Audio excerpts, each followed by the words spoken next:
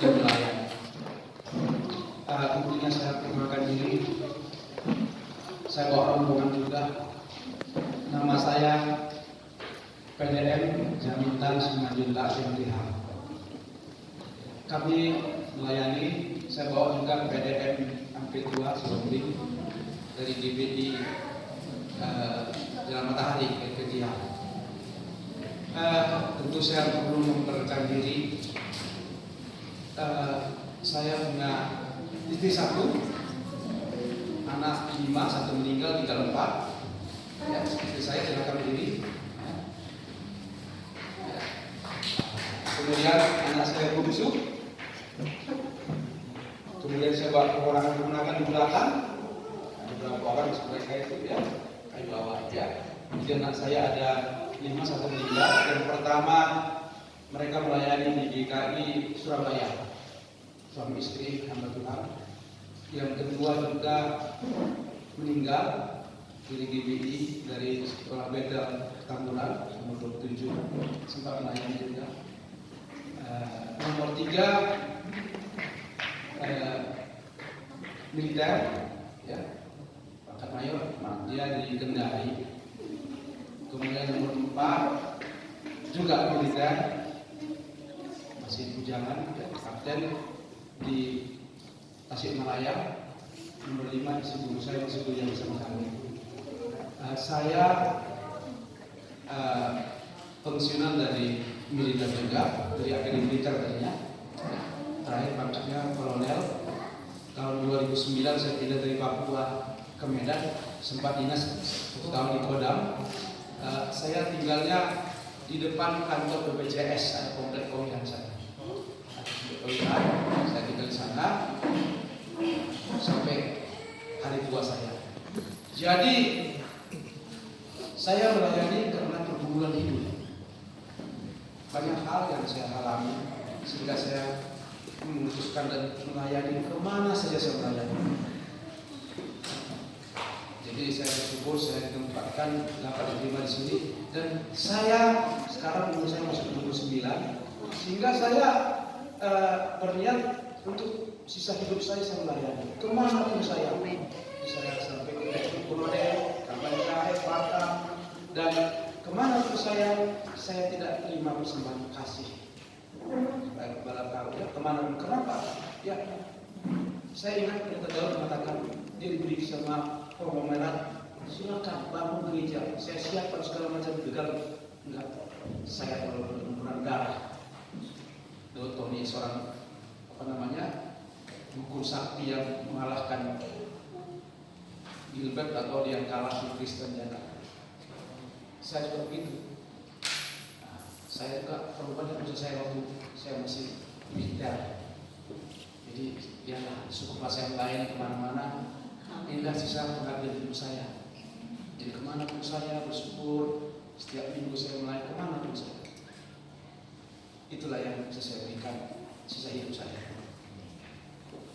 Jadi nanti akan saya berikan bagaimana Tuhan juga berbicara kepada kita semua. Baiklah, kita masuk kepada firman Tuhan. Markus 4 ayat 27 dan 28 sampai 28 kita baca.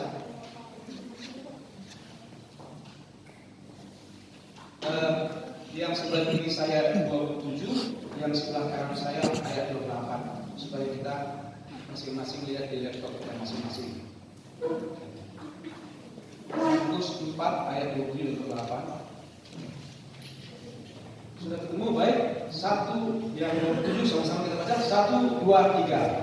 Lalu pada malam hari ia tidur, dan pada siang hari ia bangun, dan pendeta itu mengeluarkan emas, dan emas itu makin tinggi. Bagaimana kejadian tidak diketahui orang. Berapa? Bumi dengan sendirinya mengeluarkan buah, ular-ular pakaiannya, lalu kulitnya, kemudian kulitnya yang penuh isinya dan kulitnya. Demikian firman Tuhan pada menjelang siang ini.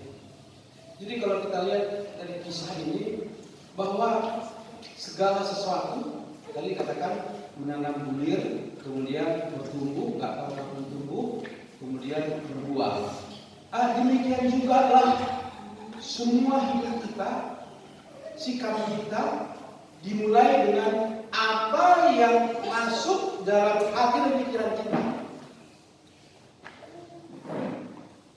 Semua yang masuk ke dalam pikiran kita, hati kita itu benih. Benih itu bertumbuh. Kalau dibiarkan dia bertumbuh, mengakar menjadi tunas. Dan menghasilkan buah, yaitu apa? Sikap, tindakan, dan ucapan.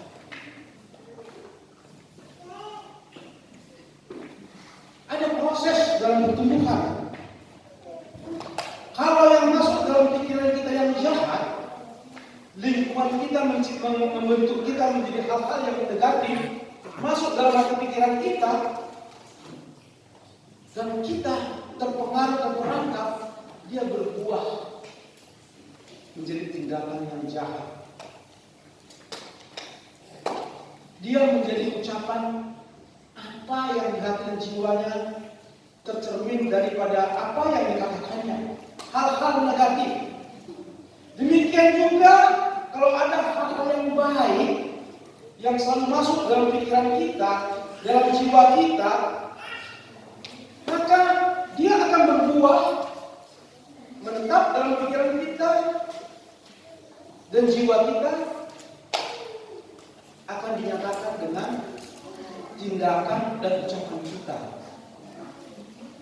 Tapi ingat, walaupun kita ada yang masuk dalam pikiran kita yang baik, selalu iblis berusaha untuk mempengaruhi, memasukkan benih-benih buruk dalam jiwa kita.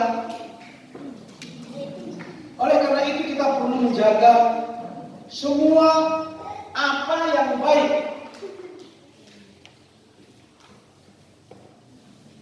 Supaya dia bisa masuk yang baik dalam hati kita, dalam jiwa kita. Maka tentunya harus kita ulang, kita ucapkan, supaya dia melekat ke batin kita. Maka dikatakan dalam Ulangan 6 ayat 6 dan 8, haruslah engkau mengajarkannya berulang-ulang kepada anak-anakmu dan membicarakannya apabila engkau duduk di rumah, apabila engkau sedang perjalanan, apabila engkau berbaring, apabila engkau bangun. Ucapan firman Tuhan yang selalu masuk di dalam jiwa kita, di dalam hati kita, kalau sering kita ucapkan berulang-ulang, dia akan menyatu dalam jiwa kita dan membentuk karakter tindakan yang benar-benar akan bercermin apa yang kebaikan muncul dalam kita. Oleh karena itu sering ucapkan berulang-ulang. Kenapa dia berulang?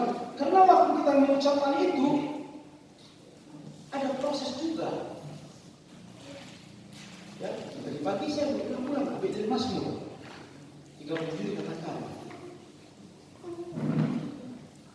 percayalah kepada Tuhan dan lakukan yang baik. Saya ucapkan terus supaya dia mengakar. Dan ingat, firman Tuhan itu berkuasa. Kalau dia masuk menyatu hati dan pikiran kita, banyak hal yang bisa kita ketahui. Ada kuasa supernatural. Suatu ketika saya berdoa, ketika saya mulai bertobatan, tapi saya bikin kamar doa di belakang. Tapi saya ibadah di ruang tamu. Karena saya belum pernah ibadah yang namanya tengah malam. Karena saya ingin tanya, bagaimana sih saya Tuhan? Itu yang saya ingin tanya. Saya beribadah dengan tujuan, kalau misalnya ada setan, aku langsung lari gitu. Aku termasuk orang penakut. Lantas saya beribadah. Saya ibadah, saya ucapkan berulang firman Tuhan. Saya ambil yang 14 ayat 16. Saya ulang, terus berkata, aku akan minta kepada Bapa dan Dia memberikan kepadamu seorang penolong yang lain. Supaya mereka selama dalam kebenaran. Dunia tidak melihat dia, dunia tidak mengenal dia, tapi kamu melihat mereka dan diam dalam kamu. Saya ulang-ulang itu proses ibadah. Tiba-tiba suara menggema di hati saya, menggema di batin saya, berbicara begini. Engkau bikin kamar berdoa, tidak berdoa di sana. Saya cuma berdoa, kok gak ada orang, kok saya sendiri.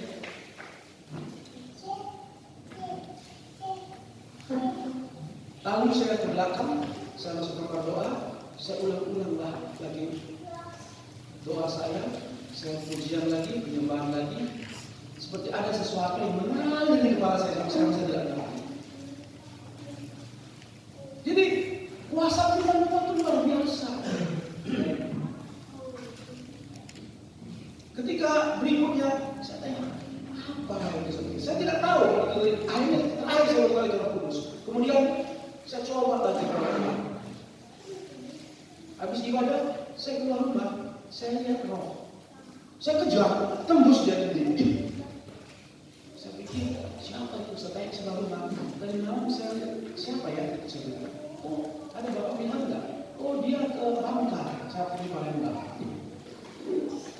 Di malam siapa itu? Tapi sejak itu saya nggak takut dengan setan. Jadi kalau anda nggak takut dengan setan, harusnya setan mundur banyak.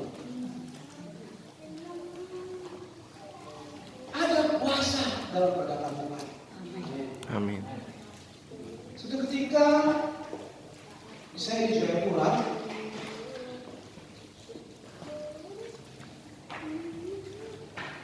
anak kakak kelas dari anak saya dulu dia, suaminya ngajar di sekolah Kristen,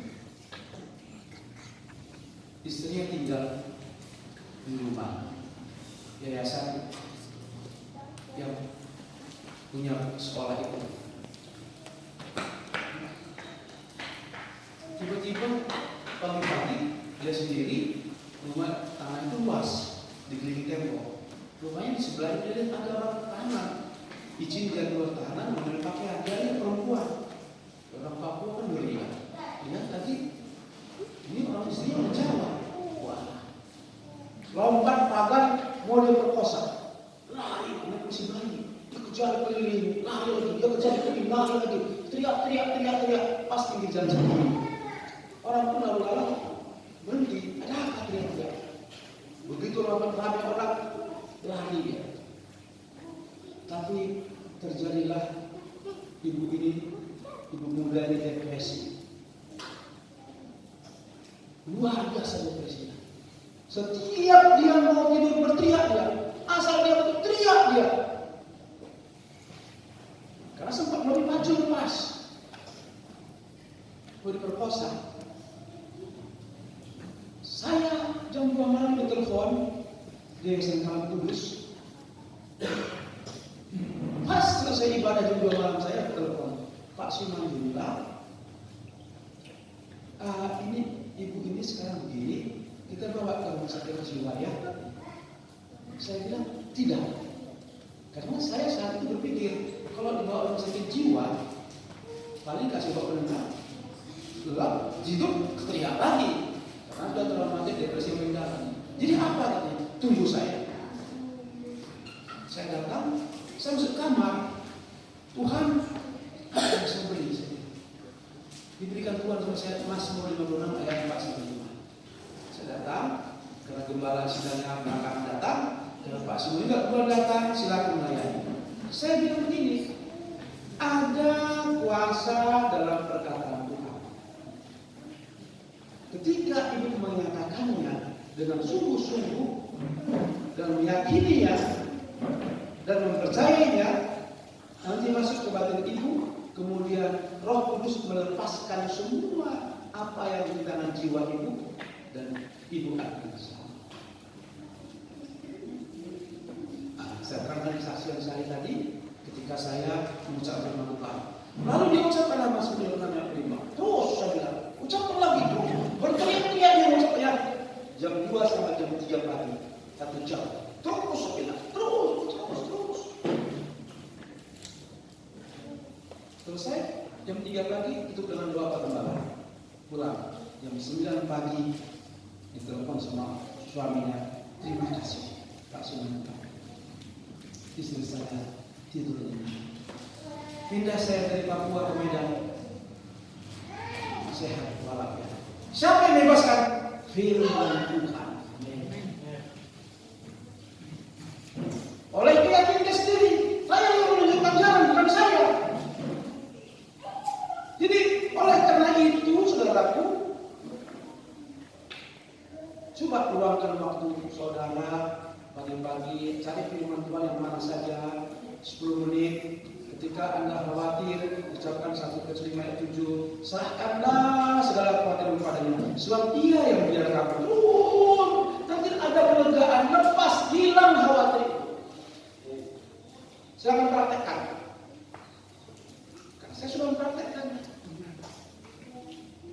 Saya juga adalah manusia yang khawatir. Kalau tidak punya uang, dia khawatir saya. Mana lagi masa korupsi lagi? Mana lagi saya tipu? Jangan itu. Tapi setelah saya mengenal Tuhan, enggak saya lakukan lagi. Apa sikap saya? Saya hanya berdoa dan berdoa. Dan Tuhan gerakan orang lain memenuhi apa yang saya perlukan dengan cara Tuhan yang tidak terpahami. Amin. Ya. Oleh karena itu, apa yang nampak di hati kita itu ternyata merupakan sikap dalam jiwa kita. Kita lihat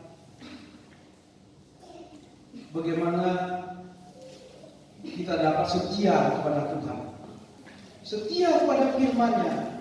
Tentu kita harus setia kepada Yesus. Kita setia dan taat akan kita. Kesetiaan itu menuntut pengorbanan yang ikhlas dan hati yang murni.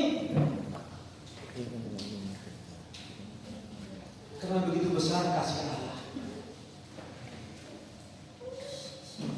Allah yang kudus. Di dalam diri Allah ada Bapa Pencipta, ada Firman, ada Roh Kudus yang mengeluarkan. Dan Firman itu menjadi manusia. Dan dia datang untuk apa? Untuk menyelamatkan kita, untuk memperdamaikan kita dengan Allah, agar kita layak, karena kita orang berdosa. Suatu kesetiaan, satu ketulusan yang perlu kita tiru. Oleh karena itu, pengorbanan Yesus Kristus di kayu salib adalah bentuk kasih yang memperdamaikan kita untuk dosa kita.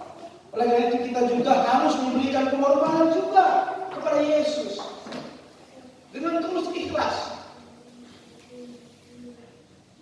Pengorbanan itu kasih, tulus ikhlas. Kepada sesama kita kasih, kepada gereja ini juga kita mengorbankan kasih. Apa yang perlu dibangun? Ikhlas. Bukan lihat pendetanya, lihat Tuhan. Memberi itu jangan lihat pendetanya, tapi lihat Tuhan yang telah mempersembahkan dirinya, yang telah menolong kita, yang telah memberikan kasih-Nya. Apa yang kita berbuat? Mungkin kita membalas kebaikan Tuhan dengan kasih. Apa itu gereja? Dengan sesama kita. Kalau kita memberi dengan ikhlas, karena Dia sudah duluan memberi pengampunan dosa kita, tentunya jangan pandang gembala, tapi pandang Yesus. Saya juga bilang sama anak saya, juga bangun gereja. Saya bilang, jangan lihat pendetanya, lihat Tuhan yang berkati kita. Kalau kita memberi dengan melihat pendetanya, salah, tidak ada artinya pemberian itu, tidak dipandang Tuhan, menduakan Tuhan. Tapi kita memberi dengan ikhlas, karena Tuhan terlebih dahulu memberikan nyawanya kepada kita. Oleh karena itu, kita terapkan ajaran Tuhan, kasih. baik dengan kita maupun dengan sesamanya. Karena dikatakan dalam firman Tuhan dalam 2 Korintus 9 ayat 6-8, orang yang menabur sedikit akan menuai sedikit juga. Orang yang menabur banyak akan menuai banyak. Hendaklah masing-masing memberi menurut kerelaan hatinya, jangan dengan sedih hati atau karena paksaan, sebab Allah mengasihi orang yang memberi dengan sukacita. Jadi memberi itu jangan dipaksa. Memberi itu kerelaan, bukan karena banyak duit atau tidak banyak duit, tapi keikhlasan.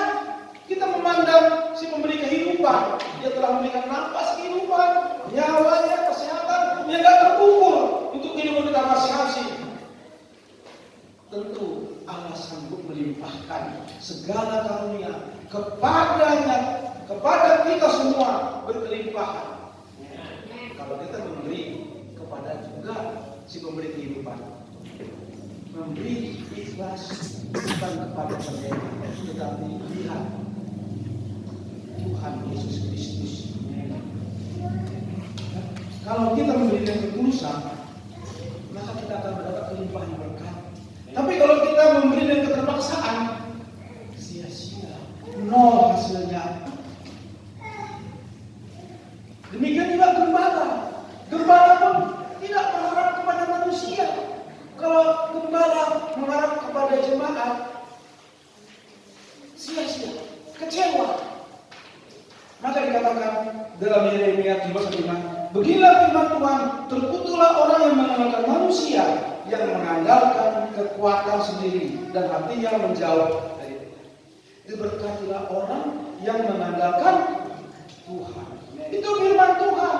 Oleh karena itu, gembala pun jangan berharap kepada manusia, tapi berharaplah kepada Tuhan.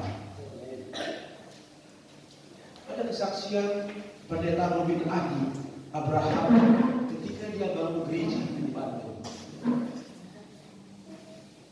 Sudah 4 kali Pak Syesem gerejanya, banyak orang tidak mampu.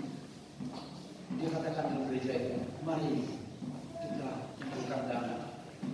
Tidak cukup beli tanah, itulah kota-kota bangun kesaksian dia. Lalu dia berseru kepada Tuhan, dia berdoa kepada Tuhan. Tuhan gerakkan orang yang baru pertama kali bergereja dan tidak bergereja lagi, membeli tanah untuk membangun yang sekian miliar bangunan gereja. Bukan jemaatnya yang bantu, orang lain digerakkan Tuhan. Belajarlah mempercayai Tuhan. Saya ketika pindah dari Jayapura ke Medan, karena saya nggak tahu tiba-tiba pindah menjelang museum. Lalu menjelang pindah, saya nggak punya uang. Saya nggak punya uang. Jadi saya sini mengatakan, kok tenang-tenang saja mau pindah katanya. Saya bersandar kepada Tuhan. Bersandar kepada Tuhan. Berharap kepada Tuhan. Saya bangun jam 2, saya mandi, saya ibadah, saya gereja. Tengah malam itu, saya mandi, saya pakaian begini ke gereja, saya masuk kamar doa, saya pujian ke jemaat, pujian ke jemaat. 1 minggu menjelang pindah, Tuhan gerakkan orang memberikan apa yang saya perlukan sesuai kebutuhan saya. Nah, pindah ya? Loh, ada yang masih 10 juta, ada yang masih 5 juta, ada masih 2 juta, terkumpullah 30 juta. Hak bisa, hak juga. Artinya apa? Memang Tuhan selalu memberikan keadaan kritis, tapi kita percaya penuh. Dia berikan tepat pada waktunya dengan cara yang tidak terpahami. Cuma kalau berpikir secara manusia, stres saya, uang mau pindah ini gimana diusir lagi? Oleh karena itu belajar. Kalaupun kita mengalami hal demikian, adalah sekolah kehidupan. supaya kita belajar. Ketika saya belum bertobat, kalau udah punya uang di rumah, siapa lagi mau saya tipu? Dari mana lagi saya korupsi?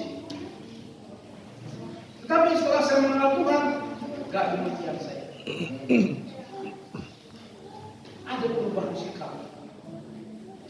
Saya hanya mengandalkan Tuhan, dan Tuhan gerakkan orang menolong saya dengan cara tidak terpahami.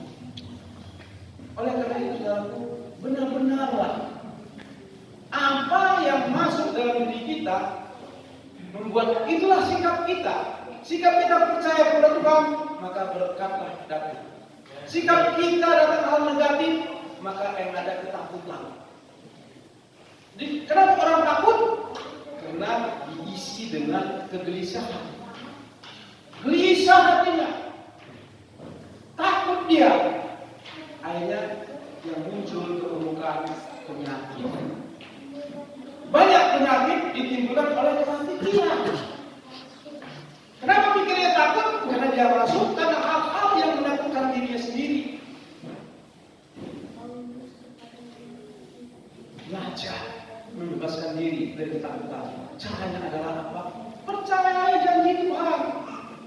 Kadang-kadang kita terbatas kemampuan kita, terpentok dan ketidaktahuan kita.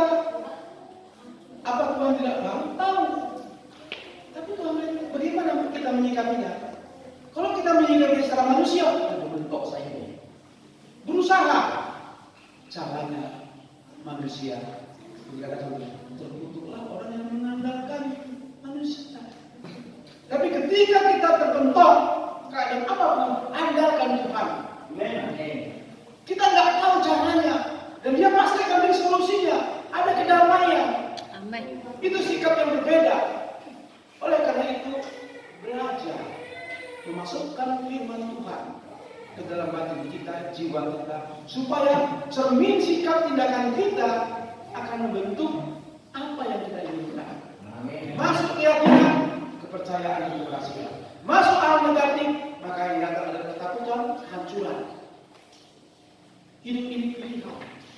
Kepadamu dalam 13:6 kepadamu kuharapkan berkat dan kutuk kematian. Memang Tuhan itu nggak terpahami. Satu sisi Dia berdaulat dalam hidup kita masing-masing. Satu sisi kita diberi suatu kehendak bebas. Apa yang harus kita lakukan? Contohnya bagaimana bangsa Israel diberi kebebasan, dia membuat penyembah berhala berpuluh-puluh tahun, akhirnya dibuang ke Babel. Jadi sikapnya ini juga contoh buat kita. Sikap kita dalam memilih dan bertindak. Belajarlah. Coba praktekkan bangun pagi sebelum berangkat. Ulang-ulang firman Tuhan berkali-kali. Satukan hati dan pikiran ke dalam firman Tuhan berulang-ulang 10 menit terus. Anda akan berjalan dengan kebaikan sendiri. Anda akan menemukan solusi masalah apapun. Ada ketenangan dalam menghadapi masalah. Ini saya alami. Tapi ketika firman Tuhan tidak kita masuki dalam hati jiwa kita, begitu kita masalah, Anda emosi, sumbu pendek, meledak. Apa sih? Meledak ya. Kalau kami dari Gerindra dari betul sumbu pendek, dengan sedikit langsung meledak. Meledak sumbu pendek. Karena apa yang terekam dalam hati pikiran dia, hal-hal yang tidak baik, emosional. Jadi ini hidup pilihan. Mari kita belajar. Firman Tuhan itu obat, penyembuh, penolong. Enggak jauh ya. Karena dalam firman itu di dalam 6:3 perkataanku adalah roh dan kebenaran. Ada Roh Kudus bekerja di dalam firman Tuhan ketika kita meyakininya.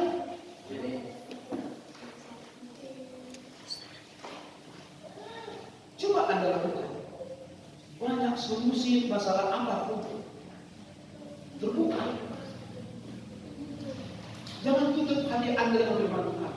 Jangan isi firman Tuhan Anda dengan hal-hal duniawi. Ya memang kita hidup di dunia, tapi jangan terekam dia masalah dipikirkan, masuk ke batin kita, menjadi nyatalah menjadi penyakit. Hidup ini penuh dengan masalah. Di saat itulah sikap kita bagaimana? Tuhan tahu. Apakah bisa masalah yang dibebaskan? Tergantung sikap kita. Kalau kita sandar sama Tuhan, Dia beri pertolongan dan caranya kita terbaik. Jadi menopang pikiran kita karena suatu hal, berdiam diri, bercampur dengan Tuhan. Jadi 15 menit nanti ada solusi ketika kita berdiam diri di dalam Tuhan. Itu sikap kita. Mari kita perbaiki. Tuhanku akan baca. Setiap orang yang percaya telah diberikan Roh Kudus untuk menolong kita. Hanya orang tidak tahu bagaimana menerapkan kuasa pertolongan Roh Kudus pada janjinya. Bila aku dalam kamu, firman-Mu dan minta apa saja, dan tidak membiarkan kita begitu saja bagi orang yang percaya. Belajar dan praktekkan firman Tuhan. Sehingga kita, kalau Dia masuk batin kita, kita tulus, kita ikhlas, kita memberi kepada pendeta, kita memberi kepada Tuhan. Hamba Tuhan juga memerlukan satu, bukan karena jemaatnya, karena dia bersama kepada Tuhan. Dan cara Tuhan tidak bisa kita ukur dengan keterbatasan manusia. Cara Tuhan tidak terpahami, tapi dia memenuhi sesuai dengan firman. Tuhan Yesus memberkati.